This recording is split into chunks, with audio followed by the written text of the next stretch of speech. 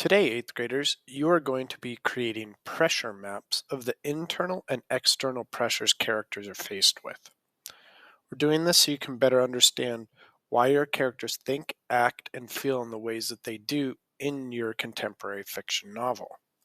You know you have it when you have created a pressure map that shows the internal and external pressures the major characters in your novel are facing and how it makes them feel and how it impacts them. The nice thing about these pressure maps is that this can apply to everyday life for you as well, which we'll talk about at the end. Today, I want to teach you that sometimes when you're wondering why characters act the way they do or feel the way they do, it can be helpful to analyze the pressures that are exerted or forced upon them. Sometimes pressures come from various sources and they conflict with one another, shaping characters' behaviors in major ways. For example, maybe the character's dad wants them to do one thing and their mom wants them to do a different thing, and it conflicts with each other and they have to figure out what to do. Today, we'll question our characters' states of mind and sketch pressure maps. This will be used to analyze our characters' behaviors and decisions. I'd like you to add what is in blue writing into your notebooks. So you'll need to write these things down. Pressures can be internal. These come from the character's own wants, desires, or expectations. For example, maybe you want to be the best basketball player on your team. That's an example of internal pressure because you're putting that pressure on yourself. Pressures can also be external. These are the wants, desires, expectations that come from your family, your friends, society. So, for example, maybe your parents want you to get all fours. That's an example of external pressure. Pressures can cause characters to act in certain ways and sometimes strange ways. Pressures can also cause characters to feel in certain ways, in strange ways sometimes. It's really important to be able to recognize the pressures that a character is under or just a person is under because that can help explain their behavior.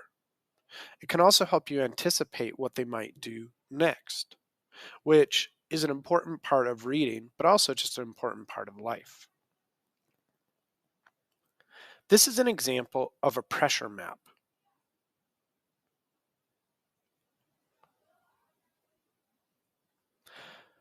This comes from a story called The Scholarship Jacket. This pressure map is an example of what I'm going to be asking you to create later. So in this story, there's this character named Marta. So we wrote her name right in the center of the page, Marta. We then listed the ways that she is feeling and acting based on the pressures that she is experiencing. Marta, in this story, really wants to get the highest grades at her school. So she's under a lot of pressure. The way that that makes her act is that she's hardworking. And here's a piece of textual evidence that she's earning straight A's. She acts desperate. She really, really wants to get the highest grade. She acts confident, although she doesn't always feel that way. She acts that way. And she just works really hard. So notice that we listed the ways that she acts. And we gave textual evidence. We also listed the ways that she feels. She feels nervous that she won't get it. She feels angry because she's under so much pressure, but she's also experiencing some racism from the school, from people who don't expect her to get the highest grades. She feels nervous. She feels embarrassed.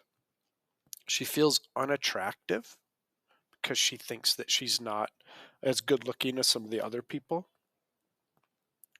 So Marta is at the center of this pressure map because she's experiencing all these different pressures, and that is influencing the way that she thinks, acts, and feels.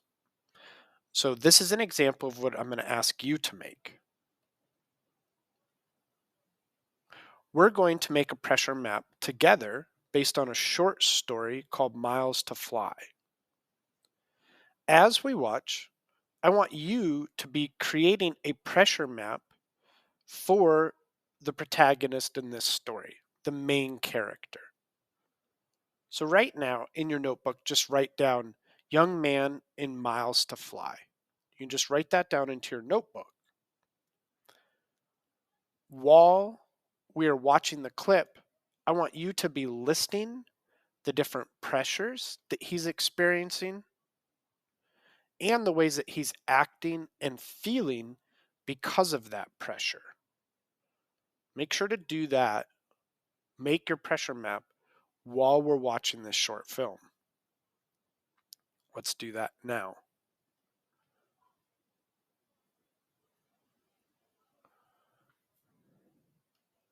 Now that we have made a pressure map from the short film, I'm going to ask you to make two more. One, I want you to make a pressure map for the main character in your book. You'll need to include at least 10 things that they're either feeling pressure from, or ways that they're feeling, or ways that they're acting. So that's one. You're just doing this in your notebook. And here's an example. And then the second one is I want you to make a pressure map for yourself about your own life. Again, list at least 10 things. Pressures that you're feeling from different people in your life. It also can be internal pressure, pressure that you're putting on yourself. For your pressure map, well, for both pressure maps, make sure you have 10 things. And then at the bottom of the pressure map, explain what you notice about the types of pressures you face or your protagonist faces and how those impact you and the character. So remember, you're doing two different ones of these. You're doing one for your character in your book. You're doing one for yourself. You're going to do that in your notebook.